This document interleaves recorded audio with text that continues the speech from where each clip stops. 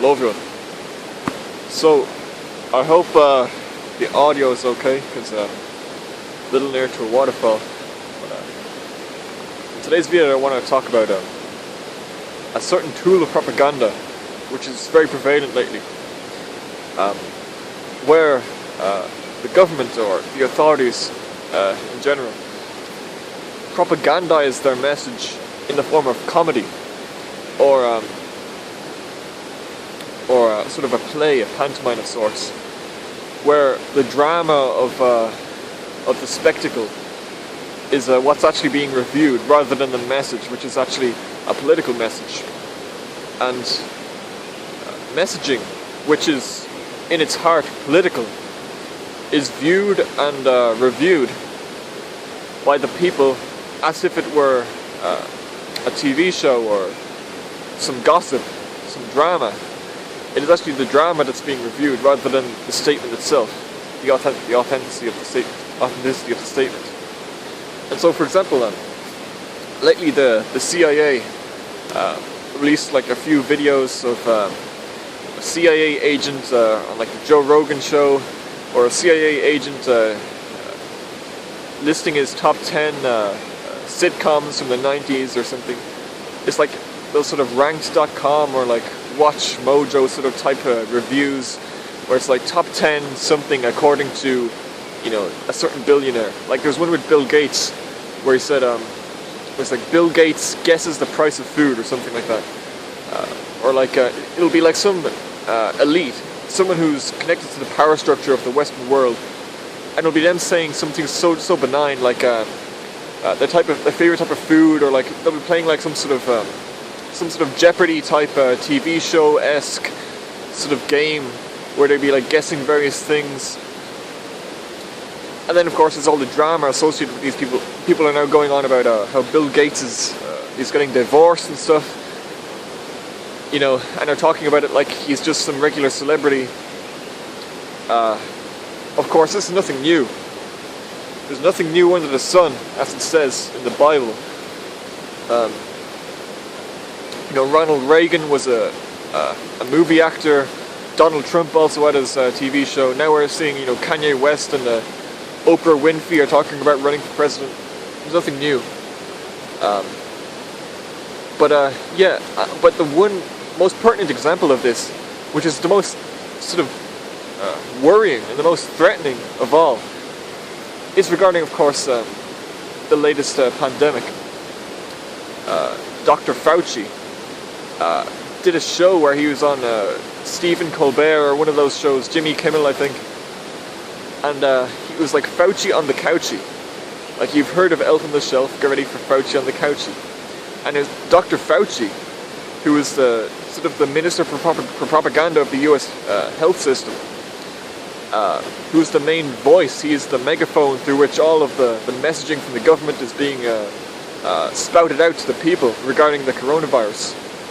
Dr. Fauci was dressed up as an elf, like a little, like Will Ferrell in that movie. He was dressed up as the elf, and he was on the couch, you know, Fauci on the couchy, and everyone was laughing and stuff. And then Dr. Fauci says, "Oh yeah, don't forget to wear your masks and keep 2 meters away from everyone else," and so on and so forth.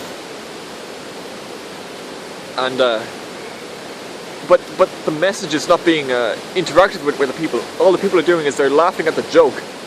And if you don't laugh at the joke, it doesn't say that you have an alternative opinion. All it says is that you've got a bad humor. You've got a bad sense of humor. Like, if you disagree with what Dr. Fauci is saying, if you don't get his message, you're just not open to this sort of wacky sort of humor, this sort of zany, ironic, facetious, quasi-nihilistic sense of humor among the millennials and the zoomers, which has been around since the 90s, really, where it's like sort of a pseudo-nihilism, where everything's sort of quirky and irrational and it's just the juxtaposition of irrational things is what makes the humor funny. But this should be really, really worrying for people, you know, because this is like if Joseph Goebbels, you know, was dancing around on the stage, you know, and people were like saying, well, you know, the propaganda minister, he's a really good dancer, and I like that bit where he fell over. That was pretty funny. Yeah, I'll give him my vote. That's total nonsense. Like, and the parallel I would give is that it's like in medieval times with the fool and the king, but it's like a reversal of this. So in like the Shakespearean play, King Lear, and like that sort of medieval trope, there's like a Stanich the clown in like the Polish-Lithuanian Commonwealth, etc. He's like delivering the bad news to the king. Like the French are invading or whatever, or the peasants are revolting, and he dances around in a costume and he juggles balls and he says about how the army is defeated, and the king laughs and he says, okay, the French are invading, the army is defeated, or whatever. Now the king uses the fool to deliver his message to the people. So the king will talk about tariffs on the wheat merchants or something, or about how a new crusade is happening or something, and then the fool will come to the peasants, and the fool will dance around, and the fool will say the king's message, and the people won't get angry at the king. It's not the anger of the people that needs to be subdued, rather than the anger of the king. Now the people don't get angry at the king because the fool's delivering the message to them. They look at this dancing fool, this propaganda minister in a little suit, dancing around and playing a little game, and talking about his ex-wife or whatever, or some dramatic rubbish. And they review the drama, they review the show, they don't review the message itself. And then again, those who don't buy into this, well, they're just like they're sort of a Grinch or a Scrooge type figure.